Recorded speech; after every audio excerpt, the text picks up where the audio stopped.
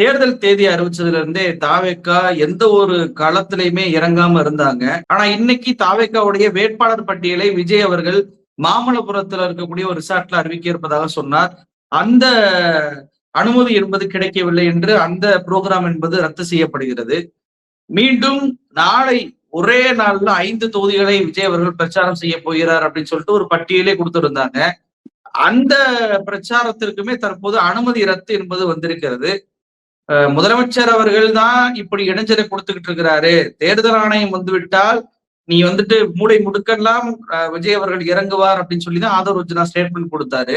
இதை எப்படி புரிஞ்சுக்கிறது? இவங்களுக்கு அனுமதியே வாங்க தெரியாம தான் இவ்வளவு நாட்கள் முதலமைச்சர் மீது பழி போட்டாங்கன்னு எடுத்துக்கொள்வதா, அல்லது தேர்தல் ஆணையம் சேர்ந்து விஜயை பழி வாங்குது அப்படின்னு எடுத்துக்கிறதா? எப்படி பார்ப்பது? இந்த தேர்தல் தேதி அறிவிக்கப்பட்ட உடனேயே கோட் ஆஃப் கான்டக்ட் இம்ப்ளிமெண்ட் ஆயிருது சார். தேர்தல் நடத்தை விதிமுறைகள் அமலுக்கு வந்துடும். தேர்தல் நடத்தை விதிமுறைகள் எப்போது அமலுக்கு வருகிறதோ அப்போதே அரசு இயந்திரம் என்பது முழுவதுமாக அதிகாரம் இழந்து போயிருது. இதுதான் யதார்த்தமான நடைமுறை. அப்ப அரசு இயந்திரமே முழுவதுமாக அதிகாரம் இழந்து போயிடுச்சுன்னா முதலமைச்சருக்கு என்ன அதிகாரம் இருக்கு, அமைச்சர்களுக்கு என்ன அதிகாரம் இருக்கு, சட்டமன்ற நாடாளுமன்ற உறுப்பினர்களுக்கு என்ன அதிகாரம் இருக்கு? யாருக்கும் எந்த அதிகாரமும் கிடையாது. சட்டமன்ற உறுப்பினரினுடைய அலுவலகம் இருக்கு இல்லையா, அந்த அலுவலகத்தையே காலி செய்து சாவியை ஆரோட்ட ஒப்படைக்கணும்ன்றது தேர்தல் ஆணையத்தினுடைய விதி. அப்படிதான் சட்டமன்ற உறுப்பினர்கள் ரிட்டர்னிங் ஆபீசர்ஸ்ட ஒப்படைச்சிட்டு வந்துறாங்க. இப்ப ரிட்டர்னிங் ஆபீசர்ஸ் தான் பவர் ஹோல்டு. நீங்க தேர்தல் நடத்தை விதிமுறை அமலுக்கு வரும்போது என்னென்ன மாதிரியான நடத்தைகளை நீங்க பின்பற்றணும்னு சொல்லி தேர்தல் ஆணையம் ஒரு பெரிய அட்டவணையே போடுது. அதுல குறிப்பா தேர்தல் ஆணையம் என்ன சொல்றாங்க அப்படின்னு சொன்னா, நீங்க அலுவலகம் திறப்பதாக இருந்தாலும் சரி, புதிய அலுவலகத்தை சட்டப்பேரவைக்கு ஏற்படுத்துவதாக இருந்தாலும் சரி, அது ஒரு தனியார் இடமாக இருக்கணும். தனியார் இடத்துல நீங்க அலுவலகம் அமைக்கணும். அந்த அலுவலகத்துக்கு முன் அனுமதி பெறணும்னு சொல்றாங்க. இது ஒண்ணு. ரெண்டாவது, 48 மணி நேரத்துக்கு முன்பாக அந்த சுவிதா போர்ட்டல்னு சொல்லி அந்த போர்ட்டல் வச்சிருக்கிறாங்க. நீங்க ஆன்லைன்ல அந்த அப்ளிகேஷனை கொண்டு போய் போடணும். அப்ப ஆன்லைன்ல அப்ளிகேஷன் போடும்போது அது ரிவ்யூக்கு வரும். வித்தின் 3 ஹவர்ஸ்க்குள்ள ரிவ்யூக்கு வந்துரும் அப்படின்னு சொல்றாங்க. சிலருக்கு 1 மணி நேரத்திலே ரிவ்யூக்கு வந்துடுது. அப்ப அதுக்கு என்ஓசி தேவைப்படுதா அப்படின்னு பாக்குது தேர்தல் ஆணையம். என்ஓசி தேவைப்படுமே, ஆனால் லோக்கல் ஸ்டேஷன்ல நீங்க அந்த என்ஓசிய வாங்க வேண்டியிருக்கு. அந்த என்ஓசியை நீங்க போய் கேட்க வேண்டியில்லை. என்ஓசி தேவைப்படுமே, ஆனா அதையும் நீங்க போர்ட்டல்லயே மேனுவல்ன்றது எதுவுமே கிடையாது. எல்லாமே ஆன்லைன் மெத்தட்ல கொண்டு வந்துட்டாங்க. இப்ப நீங்க என்ன பண்ணணும் அப்படின்னு சொன்னா, 48 மணி நேரத்துக்கு முன்பாக அனுமதி கேட்கணும். இன்னைக்கு தாஜ் கோரமண்டல்ல உங்களுடைய வேட்பாளர்கள் அறிவிப்பு கூட்டம், நிர்வாகிகள் ஆலோசனை கூட்டம் அப்படின்னு சொல்லி நீங்க இன்னைக்கு வைக்கிறீங்க. தனியார் விடுதிக்குள்ள வச்சாலும் சரி, தனியாருக்கு சொந்தமான இடங்கள்ல வச்சாலும் சரி, நீங்க 100 விழுக்காடு முன் அனுமதி பெறுவது என்பது அவசியம். இன்னைக்கு கூட்டத்தை வச்சுக்கிட்டு நேத்து போய் நீங்க முன் அனுமதி கேட்டு போர்ட்டல்ல அப்ளை பண்றீங்க. எப்படி உங்களுக்கு 24 மணி நேரத்துக்குள்ளாக அனுமதி கொடுப்பாங்க? ஒரு விதிமுறையை பின்பற்ற சொல்லி சொல்றாங்க தேர்தல் ஆணையம். 48 மணி நேரம் அவகாசம் கொடுக்குறாங்க. ஏன் நீங்க 48 மணி நேரத்துக்கு முன்பாகவே செய்யல? என்ன செஞ்சுக்கிட்டு இருந்தீங்க? தூங்கிட்டு இருந்தீங்களா? அப்ப தேர்தல் ஆணையத்தினுடைய நடத்தை விதி அமலுக்கு வந்துருச்சுன்னு தெரிஞ்சதற்கு பிறகு கோட் ஆஃப் கான்டக்ட்ல சொல்லப்பட்டிருக்கிற இன்ஸ்ட்ரக்ஷனை நீங்க பின்பற்றாம குற்றச்சாட்டுகளை தமிழ்நாடு அரசுல மேல கொண்டு போய் சுமத்துறதுன்றது இருக்குல்ல, அது ரொம்ப தவறான நடவடிக்கை. இன்னொன்னு, உங்களுடைய இயலாமை, உங்களுடைய அறிவின்மை, உங்களுடைய புரிதலின்மை, இவை எல்லாவற்றிற்கும் நீங்கள் பொறுப்பேற்காம அதை கொண்டு போய் திமுக தலையில கட்டுறது எந்த வகையில சரியா இருக்கும்னு நான் கேட்கிறேன். இப்ப உதாரணமா 2 பிரச்சனைகளை மையப்படுத்துறாங்க. ஒண்ணு, வில்லிவாக்கம் தொகுதியில அவங்க பார்ட்டி ஆபீஸ் போட்டாங்க எலெக்ஷனுக்கு, அந்த ஆபீஸ இழுத்து மூட சொல்லிட்டாங்க அப்படின்னு சொன்னா, நீங்க தனியாருக்கு சொந்தமான இடத்துல நீங்க கல்யாண மண்டபத்தை பிடிக்கிறீங்க. அப்ப கல்யாண மண்டபத்தை பிடிச்சிட்டு நீங்க என்ன பண்றீங்கன்னா, பக்கத்துல இருக்கிற இடத்த கையகப்படுத்துறீங்க. கையகப்படுத்தி அங்க பார்க்கிங் வச்சுக்கலாம், அங்க சாப்பாடு போட்டுக்கலாம், இந்த மாதிரியான ஏற்பாடுகளை செய்யலாம்னு ஒரு கொட்டகையை போடுறீங்க. அந்த சுத்து வட்டாரத்துல அரசு நிலங்கள் எவ்வளவு இருக்கு, அது ஹெச்ஆர்என்சிக்கு சொந்தமான இடமாக இருக்கு, அதை எப்படி நீங்க பயன்படுத்தலாம்னு சொல்லி கேட்கிறாங்க. அப்போ தேர்தல் ஆணையத்தினுடைய அதிகாரிகள், அதாவது இங்க இருக்கிற ரெவென்யூ டிபார்ட்மெண்ட் ஆபீசர்ஸ், தேர்தல் ஆணையம் ஒன்னும் புதுசா கொண்டு வந்து அதிகாரிகளை போடல. அந்த ரெவென்யூ டிபார்ட்மெண்ட் ஆபீசர்ஸ் அவங்களுடைய வேலையை செய்யறாங்க. மண்டபத்தினுடைய உரிமையாளர்களை அழைச்சு கேட்கிறாங்க. இது எப்படி மிரட்டல்ல வரும்னு கேட்கிறேன். நீங்க விதிமுறையை பின்பற்றாம மண்டப உரிமையாளருக்கு நெருக்கடியை நீங்க கொடுத்துட்டு அவர்களை கூப்பிட்டு மிரட்டுறாங்க. சேகர் பாபு தான் இந்த வேலையை செய்யறாரு அப்படின்னா, சேகர் பாபுவே எலெக்ஷன் கேம்பெயினுக்குள்ள பிஸியா இருக்காரு. அவர் இப்ப அமைச்சரா? அமைச்சருக்கு உண்டான அதிகாரம் அவர் கையில இருக்கா? இது என்ன மாதிரியான பேச்சு? சரி, அதை ஒரு பக்கம் விட்டுருவோம்.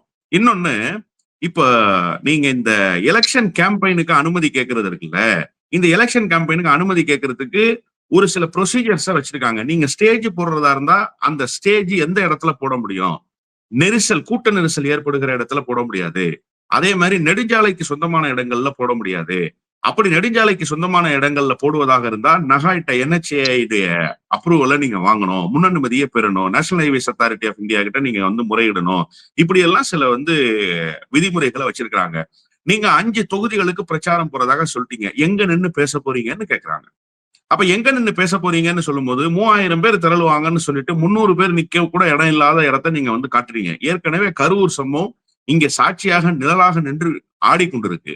ஒரு பக்கம். இன்னொரு பக்கம் நீங்க முறையா முன்னனுமதி வாங்கி முறையான ஏற்பாடுகளை செய்து முறையா கூட்டம் நடத்தினாலே அங்க பல பேர் விழுந்து செத்து போறான், பல பேர் விழுந்து அடிபட்டு போறான். தஞ்சாவூர்ல கூட்டம் நடத்துறப்ப உங்களை பின்தொடர்ந்து வந்த தம்பி இந்த 2 நாளைக்கு முன்னாடி இறந்து போயிட்டாரு. அப்ப இப்படி உயிர் சேதங்கள் ஏற்படுகிற போது தேர்தல் நேரத்துல இந்த அசம்பாவிதங்களை எப்படி தடுக்க முடியும்? தேர்தல் ஆணையத்துக்கு அந்த தார்மீக கடமை இருக்கு இல்லையா? அப்ப தேர்தல் ஆணையம் தன்னுடைய பணியை செய்கிற போது ரொம்ப தெளிவாதான் ரிட்டர்னிங் ஆபீசர்ஸ் எல்லாம் சொல்றாங்களே, நீங்க மேனுவலா எதுவுமே செய்யக்கூடாது. ஒரு பேப்பர் எடுத்துட்டு வந்தா நாங்க அப்ரூவல் கொடுக்க முடியுமான்னு கேக்குறாங்க. அதுதான் யதார்த்தமான உண்மை. நீங்க ஒரு பேப்பரை தூக்கிட்டு போய் அனுமதி கேட்கறதுக்கான சூழல் இப்ப இல்ல. அதுக்கு உண்டான காலகட்டமும் இது இல்ல. கோட் ஆஃப் கான்டாக்ட் வந்துருச்சுங்கிறத விஜய்க்கு யாராவது எடுத்து சொல்லணும். அதுக்கு அனுமதிகள் எப்படி பெறணுன்றதுக்கு ஆதவ அர்ஜுனாவுக்கு தேர்தல் ஆணையமாவது ஒரு ட்ரைனிங் ப்ரோக்ராம அரேஞ்ச் பண்ணிடலாம். ஒரு 1/2 மணி நேரம் உட்கார வச்சு அந்த மரமண்டைக்கு புரியுறது மாதிரி இப்படிதாங்க நடத்தணும், இப்படிதாங்க நீங்க அனுமதி கேட்கணும், இப்படிதாங்க இதுல வந்து முறையிடணும்ங்கிற செய்தியவாவது சொல்லி அவர்களுக்கு புரிய வைக்க வேண்டும்னு தான் நான் நினைக்கிறேன்.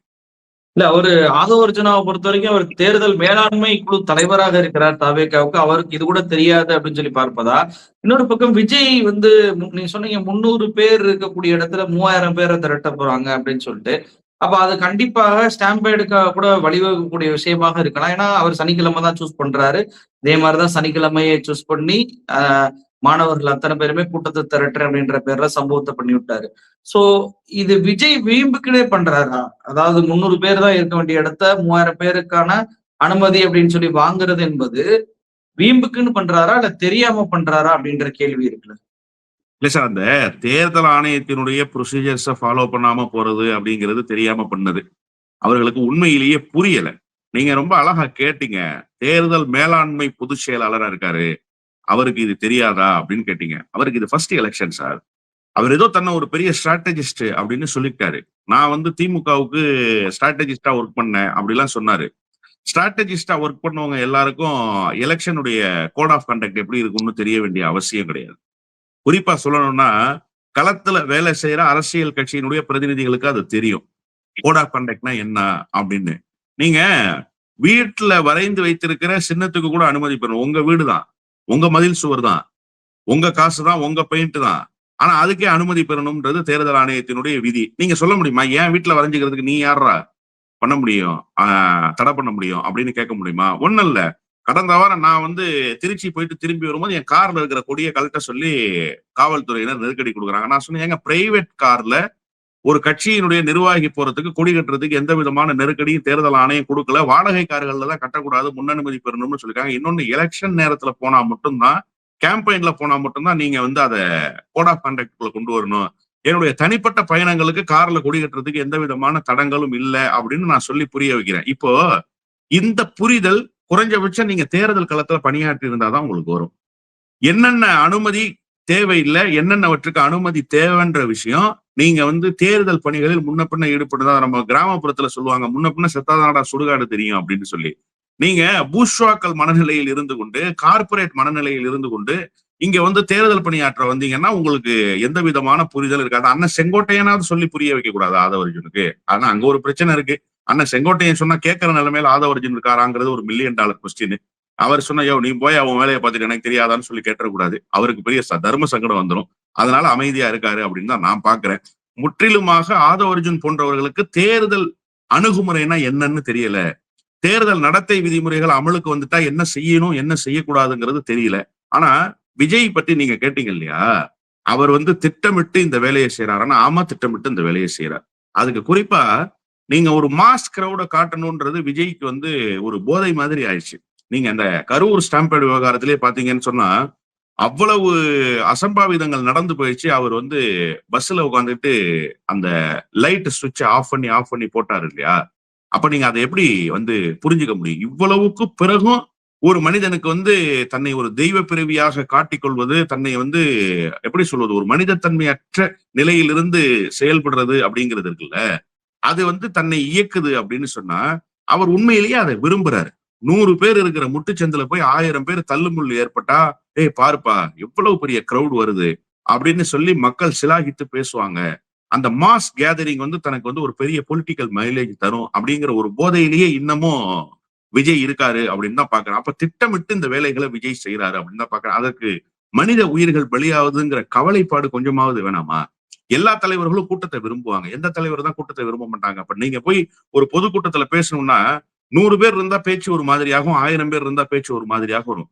நம்ம பேச்சை கேட்பதற்கு, நம்ம நிகழ்வுகள்ல பங்கேற்பதற்கு ஆயிரக்கணக்கான மக்கள் வரணும்னு தான் எல்லா தலைவர்களும் நினைப்பாங்க. அது தலைவர்களினுடைய மனம் சம்பந்தப்பட்ட விஷயம். அது எல்லாருக்கும் அந்த ஆசை இருக்கும். அதுல ஒண்ணும் நீங்க குறையே சொல்ல முடியாது. ஆனா வருகை தருகிற தன்னுடைய தொண்டர்களினுடைய உயிர் போனாலும் பரவாயில்ல, நான் அதை பத்தி எல்லாம் கவலைப்பட மாட்டேன், எனக்கு வந்து மாஸ் காட்டுறது மட்டும்தான் நோக்கம் அப்படின்னு ஒரு தலைவர் செயல்பட்டா, அந்த தலைவர் எவ்வளவு பெரிய மன நோயாளியாக இருக்க முடியும் அப்படிங்கிறத விஜய் சமகாலத்துல நிரூபித்துக் கொண்டிருக்கிறார். எனவே திட்டமிட்டு தான் விஜய் வந்து சின்ன இடங்கள்ல பெரிய கூட்டங்களை கூட்டுகிற வேலையை தொடர்ச்சியாக செய்யறாரு அப்படின்னு நான் பாக்குறேன். இப்ப ஆதவ அர்ஜுனா வில்லிவாக்கம் தொகுதியில அவருடைய கட்சி அலுவலகத்தை மூடி சென்றிருக்கிறார். நீங்க இதற்கு காரணம் வந்து இந்து சமய அறநிலையத்துறை அதிகாரிகள் நடவடிக்கை, தேர்தல் ஆணைய நடவடிக்கை அப்படின்னு சொல்றீங்க. ஆனா ஆதவ அர்ஜுனா சொல்றாருன்னா, சென்னையில் எந்த மண்டபத்தையுமே முதலமைச்சர் ஸ்டாலின் குடும்பம் வந்து எங்களை எடுக்க விட மாட்றாங்க. எங்களுடைய கூட்டம் வந்து இன்னைக்கு வேட்பாளர் அறிவிப்பு ரத்தாதனுக்கு காரணமே மண்டபத்தை மிரட்டிட்டாங்க. சாதாரண கட்சி ஆபீஸ் வைக்கக்கூடிய அந்த மண்டபத்தை மிரட்டுறாங்க. நாங்க வந்துட்டு சென்னையில 16 தொகுதியில 13 தொகுதிகள் தாவேகா இன்னைக்கு லீடிங்ல இருக்கு. அத பார்த்துட்டு தான் அந்த பயம் வந்து இன்னைக்கு திமுகவுக்கு வந்திருக்கு அப்படின்னு சொல்லிட்டு ஆதவர்ஜுனா சொல்றாரு. இல்ல, இன்னமும் அந்த மாய உலகத்திலிருந்து இவர்கள் விடுபடவே இல்லை. நீங்க இதுவரைக்கும் ப்ரூவன் ரெக்கார்டுன்றது தமிழக வெற்றி கழகத்துக்கு ஏதாவது இருக்கான்னு கேட்டா ஒண்ணும் இல்ல. ஒரு தேர்தலையாவது சந்திச்சிருக்கீங்களான்னு கேட்டா ஒரு தேர்தலையும் சந்திக்கல நீங்க. இதுதான் முதல் தேர்தல். முதல் தேர்தலையே நடத்தை விதிமுறைகளை எப்படி எதிர்கொள்றதுன்றதே தெரியாத தற்கொலை கூட்டங்களாக இந்த கூட்டம் திகழுது. ஒண்ணு. அடுத்து, நீங்க தேர்தலுக்கு உண்டான தயார் நிலையை முதல்ல கட்சிக்குள்ள உருவாக்கணும்ல. அந்த தயார் நிலைக்கு கட்சி உருவாயிருச்சா? இப்ப திமுகவுல வேட்பாளர்கள் அறிவிப்பு இன்னும் நடக்கல. கூட்டணிகளுக்கு தொகுதி பங்கீடு இன்னும் நடக்கல. காரணம் என்னன்னா, பெரிய கூட்டணி பேச்சுவார்த்தைகள் தொடருது. ஆனா பெயரளவிலாவது ஒரு கூட்டணியை அறிவித்திருக்கிற அதிமுக, பாஜக தரப்பு கேண்டிடேட்ஸ் இன்னைக்கு 2வது கட்டமா அறிவிச்சிட்டாங்களே. தமாக கேண்டிடேட் அறிவிச்சாச்சே. ஏறக்குறைய பாஜக கேண்டிடேட்ஸும் ஃபைனல் ஆயிட்டாங்கன்னு தானே ஒரு பேச்சு இருக்கு. அப்போ அங்க நடந்துகிட்டு இருக்கிற பணி, நீங்க யாருமே கூட்டணி இல்ல. 234 தொகுதியிலும் விஜய் தான் கேண்டிடேட்டை அறிவிக்க வேண்டியிருக்கு. இன்னும் கேண்டிடேட்டை நீங்க அறிவிச்சிட்டீங்களா? தேர்தல் பிரச்சார அட்டவணை போட்டாச்சா? தேர்தல் பிரச்சார அட்டவணையில எந்தெந்த பகுதிகளில் எந்தெந்த தொகுதிகளை கவர் பண்றோன்ற டீடைல்ஸோட நீங்க வந்துட்டீங்களா? அப்போ தேர்தலுக்கு உண்டான எந்த விதமான செயல்பாடுகளும் உங்களிடத்துல இல்ல அப்படிங்கிறது களத்துல யதார்த்தமாக புரியக்கூடிய செய்தியாக இருக்கு. இப்ப இந்த மாதிரியான செயல்பாடுகளை நீங்க வச்சுக்கிட்டு நீங்க என்ன பண்றீங்க அப்படின்னு சொன்னா, சென்னையில எங்களுக்கு இடம் கொடுக்க மாட்டேங்கிறாங்க. ஏன் இடம் கொடுக்க மாட்டேன்றாங்க? உங்களுக்கு இடம் கொடுப்பதில் யார் போய் மிரட்ட முடியும்? நான் கேட்கிறேன். அரசு செயலிழந்துருச்சு இல்ல சார்? செயலிழந்து கோட் ஆஃப் கண்டக்ட் இம்ப்ளிமெண்ட் ஆயிடுச்சு இல்ல சார்? தேர்தல் ஆணையத்தினுடைய கைக்கு பவர் போயிடுச்சு இல்ல சார்? நாளைக்கு நீங்க தானே சார் அதிகாரத்துக்கு வர போறீங்க. அப்படித்தானே சொல்லிக்கிட்டு இருக்கீங்க. அப்ப அதிகாரத்துக்கு வருகிற உங்களை பார்த்து மண்டப உரிமையாளர்கள் பயப்படணுமா? அதிகாரத்தில் இருந்து முடிந்து போயிருக்கிற திமுகவை பார்த்து பயப்படணுமா? அப்ப நான் இதை எப்படி புரிஞ்சுக்கிறேன்னா, நாளைக்கும் திமுக தான் ஆட்சிக்கு வரும்னு மண்டப உரிமையாளர்கள் நம்புறாங்களா? நீங்க சொல்ற கூற்று உண்மையாக இருந்தா. அப்ப நாளைக்கு திமுக தான் அதிகாரத்துக்கு வருது, இது ஒரு டம்மி கட்சி, இது ஒரு டம்மி பீஸு, காசை வாங்கிட்டு இடத்த கொடுத்துட்டா நாளைக்கு பிரச்சனை வந்துடும் அப்படிங்கிற மனநிலைக்கு மண்டப உரிமையாளர்கள் வர்றாங்களா? ஏன்னா நான் ஆதவ அர்ஜுனா கூட்டில இருந்து பேசுறேன். திமுக மிரட்ட வேண்டிய அவசியம் இல்லை சார். அப்படி மிரட்டுறதா இருந்தா பாஜகவுக்கு எப்படி இடம் கிடைக்கும்? அதிமுகவுக்கு எப்படி இடம் கிடைக்கும்? இன்ன பிற கட்சிகள் எல்லாம் எப்படி வந்து களத்துல நின்று செயல்படுறாங்க? நான் என்ன புரிஞ்சுக்கிறேன், இதுக்கு சீமானே தேவலான்னு நினைக்கிறேன். சீமானு கூட இப்படியான குற்றச்சாட்டுகள் எல்லாம் வைக்கல. நீங்க சீமானை விட மோசமாக வெளிப்படுறீங்கன்னு நான் பாக்குறேன். அப்போ தேர்தலை தேர்தலாக எதிர்கொள்ளாமல் அவதூறு பரப்புகிற வேலையை செய்யறது, தொடர்ந்து திமுகவை நோக்கி கல்லறிகிற வேலையை செய்யறது. சார், அதிகாரப்பூர்வமாக எலெக்ஷன் அறிவிக்கப்பட்டுருச்சு. தேர்தல் வந்து அதிகாரப்பூர்வமாக அறிவிக்கப்பட்டு தேர்தல் நடத்தை விதிகள் அமல்ல இருக்கு. இன்னொரு 20 நாள்ல வாக்களிக்க வேணும் மக்கள். 20 நாள் தான் ஹார்ட்லி டைம் இருக்கு. இந்த 20 நாள பொட்டன்ஷியலா எப்படி பயன்படுத்துறதுன்னு ஒரு கட்சி பார்க்கணுமா வேணாமா? அதுவும் ஆட்சி அதிகாரத்தை கைப்பற்ற போகிற ஒரு கட்சி. நீங்க என்னென்ன மாதிரி மக்களை போய் அணுகணும்ன்ற அந்த ஒரு பயண திட்டத்துக்கு தயாராயிருக்கணுமா இல்லையா? இன்னமும் நொட்ட சொல்லிக்கிட்டே இருக்கீங்க. இன்னமும் திமுக மீது அவதூறு பரப்பிக்கிட்டே இருக்கீங்க. இதுவே தேர்தல் சூழலுக்கு நீங்க தயாராகலன்றதுதான் உணர்த்துது. இப்பவும் திமுக போபியா இருக்குல்ல, அந்த டிஎம்கே போபியா உங்களை இயங்க விடாம தடுத்துக்கிட்டே இருக்கு அப்படின்னு தான் நான் பாக்குறேன். நீங்க தேர்தல் அட்டவணை குறித்தும் எதிர்க்கட்சிகளுடைய பிரச்சாரம் குறித்து சொன்னீங்க. சீமான் அவர்கள் முதல் ஆளாக பிரச்சாரத்தை துவங்கி நடத்திட்டு இருக்கிறாரு. தொகுதி தொகுதியா போறாரு. எடப்பாடி பழனிசாமி அவர்கள் நேற்றுல இருந்தே தன்னுடைய பிரச்சாரத்தை மயிலாப்பூர்ல இருந்து தொடங்கிட்டாரு.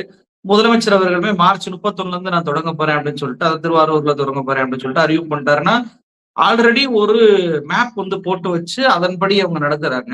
ஆனா விஜய் தரப்பு அதை செய்யலையா? அதாவது ஒரே நாள்ல 5 தொகுதி அப்படின்னாவே உங்களால 234 தொகுதியை நீங்க சொன்ன அந்த 20, 30 நாள்ல வந்து முடிக்க முடியாது அப்படின்றப்போ, இப்ப முதல் பிரச்சாரமே ரத்தாகுது. எந்த தொகுதிக்கும் போக முடியாம மாறுது அப்படின்றப்போ, எப்படி 234 தொகுதியை அவங்க கவர் பண்ணுவாங்க?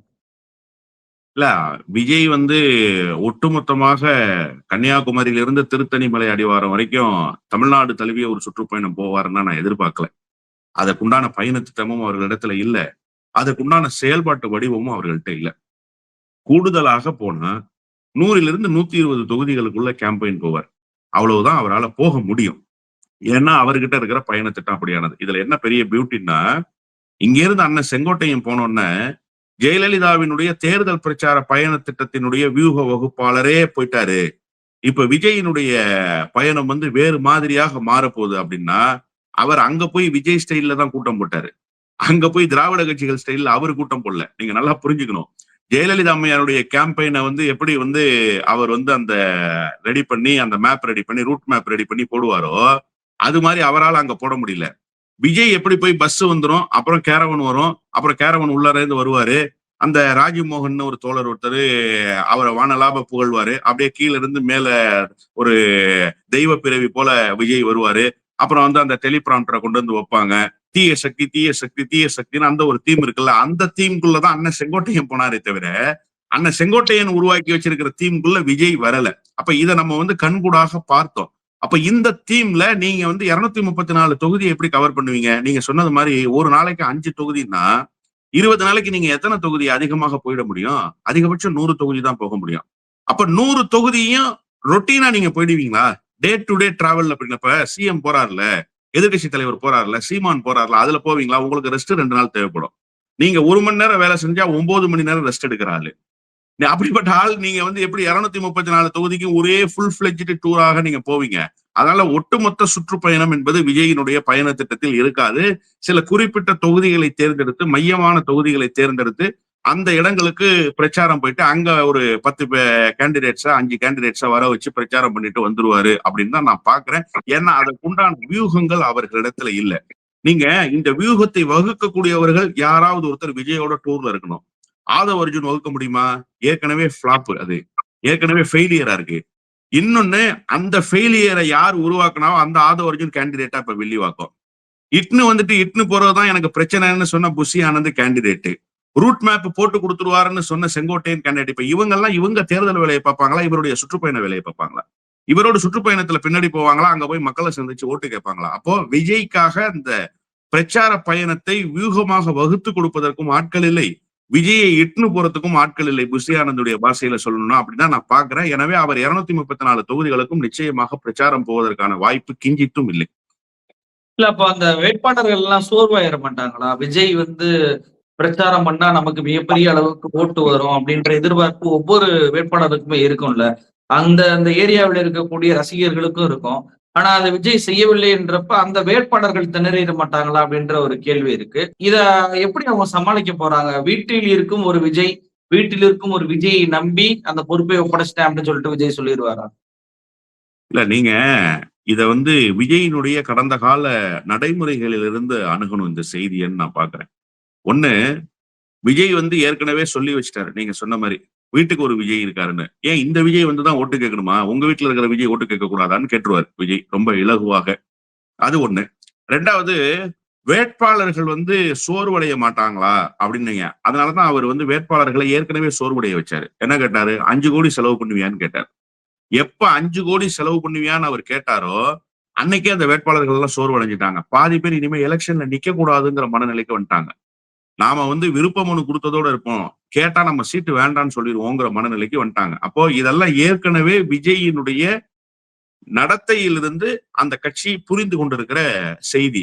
இப்ப இதுல இன்னொரு முக்கியமான பிரச்சனை என்ன அப்படின்னு கேட்டீங்கன்னா, வேட்பாளர்கள் செலவுக்கே தடுமாறக்கூடிய சூழல்னு ஒண்ணு இருக்கும். இந்த நேரத்துல விஜயினுடைய டூர் ப்ரோக்ராம்க்கு யார் செலவு பண்றது? விஜயினுடைய டூர் ப்ரோக்ராமை யார் ஆர்கனைஸ் பண்றது? அந்த இண்டிவிஜுவல் வேட்பாளர்ஸ் பண்ண முடியுமா? அதனால வேட்பாளர்களை என்ன பண்ணிடுவாங்கன்னா, இவர் வராம இருக்கிறது நல்லதுன்ற மனநிலைக்கு வந்துருவாங்க. ஒரு 2 நாள் முன்னாடி பணியாற்றணும் சார். பெரிய தலைவர்கள் வர்றாங்கன்னா 2 நாள் முடிந்த பிறகு பணியாற்றணும். இப்போ யாரெல்லாம் ஓரளவுக்கு அந்த கட்சியில விவரம் புரிந்தவர்களா? எல்லாமே தற்கூறிகள் தான். அதுல ஓரளவுக்கு அந்த தற்கூறிலேயே பெட்டர் தற்கூறின்னு இருக்கும்ல ஒரு 2, அந்த 2 கேண்டிடேட் ஆகி போயிடும். அப்ப அந்த 2 தற்கூறி கேண்டிடேட் ஆயிடுச்சுன்னா வேலை செய்யற தற்கூறிகள் யாருன்ற கேள்வி இருக்குல்ல. யாரு போய் வேலை செய்வா? விஜயினுடைய ப்ரோக்ராமை யார் ஆர்கனைஸ் பண்றது? மாவட்ட செயலாளர் ஓட்டு கேட்டுக்கிட்டு இருப்பாரு. ஒரு பாயிண்ட போட்டிருப்பாங்க. அந்த பாயிண்ட்ல எத்தனை பேரை உட்கார வைக்கிறது, எத்தனை பேரை நிக்க வைக்கிறது, எந்த மணிக்கு அவரை கொண்டு வர்றது, என்ன மாதிரியான மைக் செட் ஆர்கனைஸ் பண்றது, வெயிலினுடைய தாக்கம் அதிகமா இருந்துச்சுன்னா கொட்டகை போடுறது எப்படி, இந்த வேலையெல்லாம் யார் பார்ப்பா? அப்போ இது கூடுதலான பணி சுமையா இருக்குன்றதுனால வேட்பாளர்களே இவர் வர வேண்டாங்கிற மனநிலைக்கு வந்து விடுவார்கள். ஏறக்குறைய இன்ஆக்டிவ் மோடுக்கு அந்த கட்சி போய் தேர்தல் ரேஸ்ல இல்ல. துவக்க நிலையில இருந்த தமிழக வெற்றி கழகத்தினுடைய குரலும் இப்ப தேர்தல் தேதி அறிவிக்கப்பட்டதற்கு பிறகு இருக்கிற தமிழக வெற்றி கழகத்தினுடைய குரலும் வேறாக மாறுபட்டிருக்கு. இப்ப களத்துல தமிழக வெற்றி கழகம் எங்க இருக்குன்னு தேடக்கூடிய நிலை வந்துச்சு. நான் ஏற்கனவே ஒரு முறை ஒப்பீனியன் தமிழ்ல சொன்னேன், உங்களுக்கு நினைவு இருக்கும்னு நினைக்கிறேன். தேர்தல் தேதி அறிவிக்கிற வரைக்கும் தான் இந்த சில்லறைகளுடைய சத்தம் கேட்டுக்கிட்டே இருக்கும்.